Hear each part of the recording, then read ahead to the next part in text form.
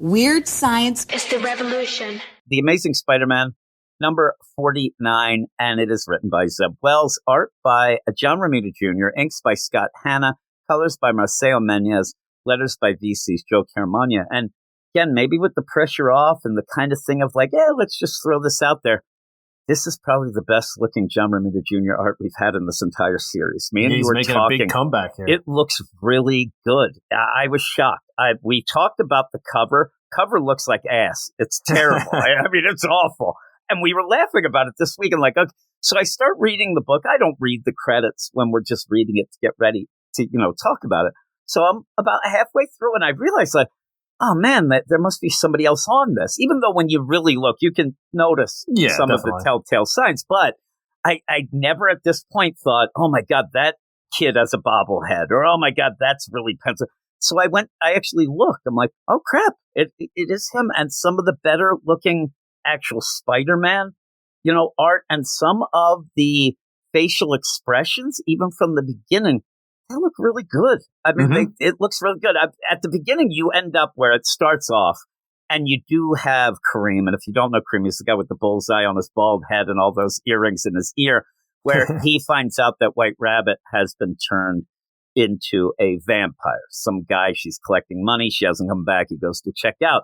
Now, little do we know, spoiler, he gets turned into one at this point, too. That's revealed a little bit later, but when you start the Spider-Man stuff, and pretty much all of New York City is just under vampire attack.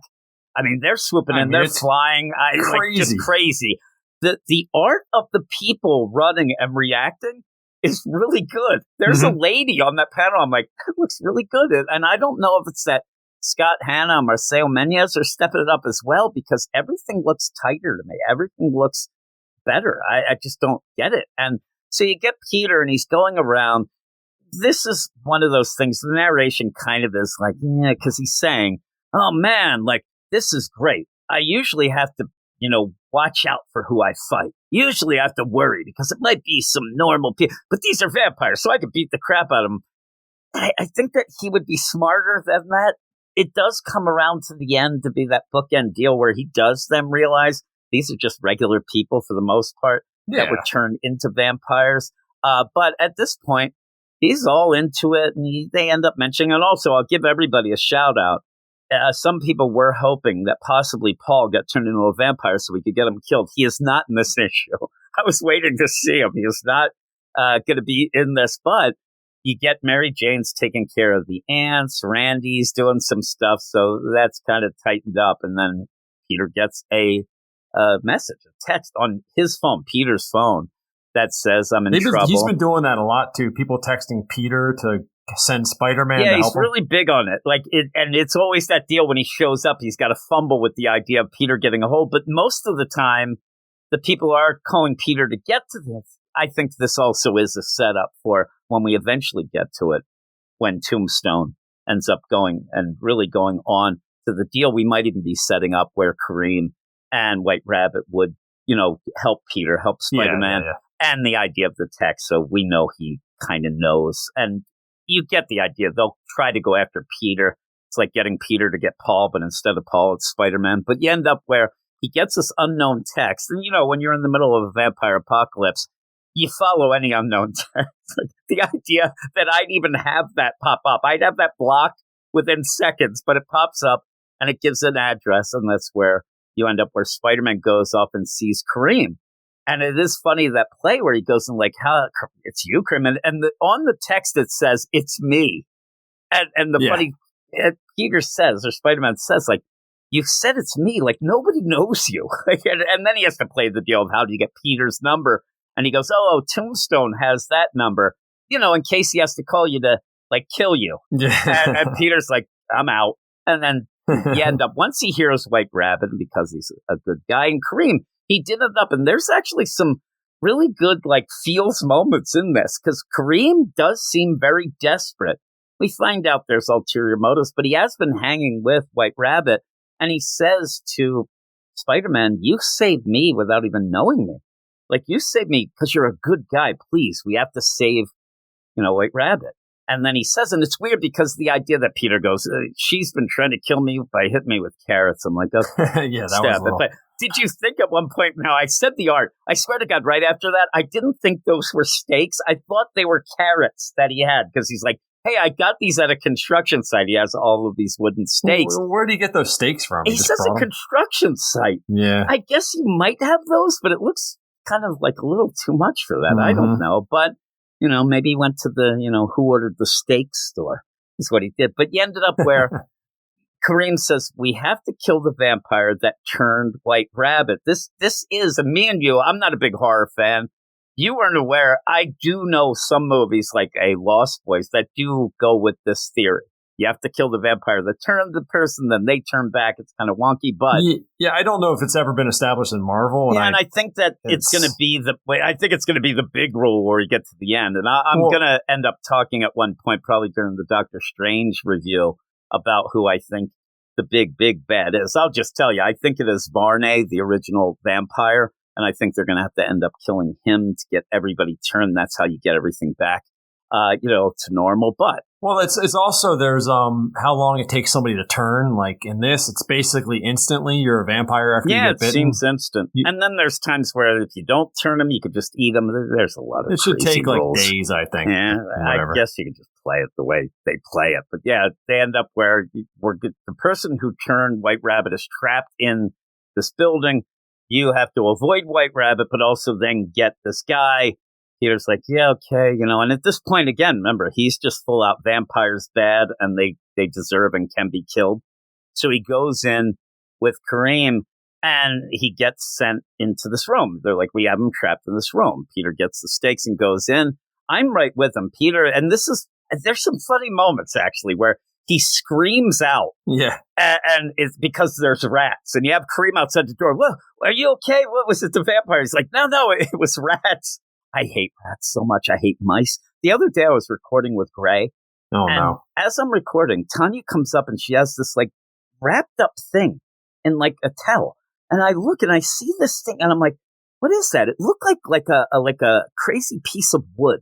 And I went and grabbed she had a mouse and it was its tail. And I grabbed it. I screamed like Peter. I was so upset. Did one of the cats catch it or something? Yeah, they were playing with it. And she felt bad. But she likes to, because I try to scare her. Like I'm one of those jerks that like hide behind things and jump out to scare. Yeah, jump scares. And she gets so upset. Like she gets scared at anything. So she likes to get back at me with that. But I scream kind of like Peter there. And so it's funny. And he's getting spider sense, whatnot. He does get attacked by White Rabbit. But while that's going on, you end up, Kareem grabs her and takes her away in a shopping cart, it looks like, and puts her in a storage, facility, storage room, locks it up, says, I don't know how long that'll hold her. I don't really know how she gets out at one point. Does he have the key to the lock? That's my question. It doesn't look like it. No. And anyway, at the end, she kind of just like waltzes out. I don't get it, but it's White Rabbit. So he goes off then to get this guy who turned her. It was a guy that they're shaking down some monies, like a contractor or whatever. And Peter goes in. You're expecting this awful, awful vampire. It's just a dude, who has been turned, but he is chained up to the radiator in the room. You do see it at the beginning, but you're not really paying attention to that. And he also, you're throwing a lot of vampire rules in all these. Every book seems to have different vampire rules that are probably going to mount up, but this is also the vampires that can read your mind, because Peter's thinking, all right, this looks like a monster. Look at this guy. Yeah, there's a bunch of rules. Yeah, and vampires can, but again, a lot of times when you play these, usually the big ones are the ones that get more powerful. Yeah, not a guy that's been there for three hours. Not a contractor guy who's chained himself to a radiator, but you're playing for a joke because he's like thinking, this guy's a monster. I'm not a monster. Who are you calling a monster? Peter goes in, he's going to kill this guy, and the guy ends up like, oh, you're chained up. Who did that? And he says, I did. I don't want to hurt anybody. And explains it. And actually, I think it's written to a point pretty well. The idea, you actually feel bad for this guy. Like, and I actually wanted this guy to get a nice ending for what he's doing. He doesn't want to hurt anybody. He just is a vampire and wants to be killed. He says, I mean, in the end, Kareem is going to do him a solid, I guess. But he's like, kill me. I'm in hell. This is awful. Peter's going to decide to kind of, be able to save these vampires instead. But he ends up like just upset. This guy didn't mean to do what he did. He ended up getting bit. He doesn't know who did it. The guy disappeared, and then White Rabbit showed up. And then there's that little bit where he says, I'm just a regular guy. I get shaken down by these villains, meaning, Kareem and White Rabbit. And I always wonder when you're going to come and save me. When they do that, you never do because you don't care about that stuff. But now here you are to kill me because I'm a vampire. And that's where Peter's like, I can't do it. I'm not going to do it. And all of a sudden the stake comes through like Doctor Strange at the end of Blood Hunt #1. And the guy kind of in a cool. Yeah, he just like dissipates, into dust. And it's kind of funny as it goes. Yeah, it's awful. And then as it goes, you see it's Kareem behind him. Some of the better art I've seen with Kareem. I mean, he looks pretty cool and says, hey, nice work, Spidey. And Spider-Man's like, I didn't want to do that. He was just, sorry, Playboy. What he said. He's like, sorry, Playboy. We're I was running out of time. And he's just like, we have to go. And White Rabbit should be fine now. And also, this is where you realize that Kareem had the ulterior motive. He was turned into a vampire by White Rabbit. You see his neck there where it's dissipating from his it's dissipating off. It's pretty cool. Mm-hmm. And so you have Spider-Man get mad, said this guy could have been saved. You did this, and I'm going to turn you in. Kareem says, what are you, for a pile? It is true. It's a vampire apocalypse. Who is going to be arrested for killing a vampire? Nobody. So he's kind of laughing, and Peter gets frustrated. But that's when White Rabbit just comes in. No mention of how she got out of that storage facility. She walks in, and that's where Peter goes out and sees the vampire apocalypse in a different light. He's got to help. You got to separate some of these vampires from people, save the people who aren't vampires, but maybe figure out a way to, make things right. So you're saying if you just got turned into a vampire, all your rights as a citizen are waived? Yeah. I mean, here's the thing. I'm trying to think of if it that's was really messed up. Here's the thing. If I ended up, I guess rabies. I don't know what you can say because I think at one point I did read that the idea of being a vampire could have been from when people would get rabies and they go like they're crazy, right? Yeah. So if I had rabies and I was trying to eat you and you killed me, I don't think you're going to be in jail. I think that it's self-defense. Now, that the guy was chained up to a deal, but in Jim's world, vampires, no, they're not. They don't get. They waive their rights. Yeah, they're done. Rights are waived. whether you have decided to chain yourself up to a radiator or not, you can be killed with no sort of problems. Is what I say. Now later on, we're going to have even this week with some of the books where we're going to step up the idea of Nazi, or I even said it, of vampires to make them even Nazis. So that's even crazier. Then you can kill them twice, maybe. Mm-hmm. But when we end this, Peter's like, I'm going to go and figure out something. I'll figure out how to make a serum. Peter does that a lot, right? And as he turns the corner to do this, all of a sudden you get the lizard come out. And he's like, and I also don't want to be eaten by a lizard. Grrr. So we'll see. Yeah. And I really was hoping at this point it was vampire lizard.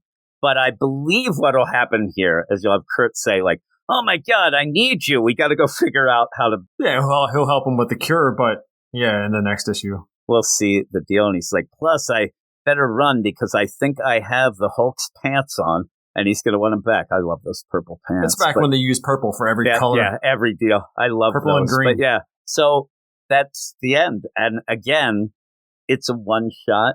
And I do think that Zeb Wells he did something. It's very predictable. Some of the dialogue is kind of basic, kind of eye-rolling. And the whole idea, it's like an after-school special of, now I realize the vampires are real people and I'm going to save them. But compared to the bull crap that we've gotten over and over, especially if you would say the thing that would be the most like this would be, say, a dark web that Zeb Wells did himself. And that was garbage. So this actually, I'll give props when props are due. I don't know that this will carry on past this, but this might be one of my favorite issues of Amazing Spider-Man that we've had in quite some time. And I think John Romita Jr. has the best art he's done on the series so far. So what would you give it? Yeah, I mean, this really should have just been Amazing Spider-Man Blood Hunt #1. But I'll go with an 8. For this, I liked it. Yeah, I liked it. I'm actually surprised. Weird science is the revolution.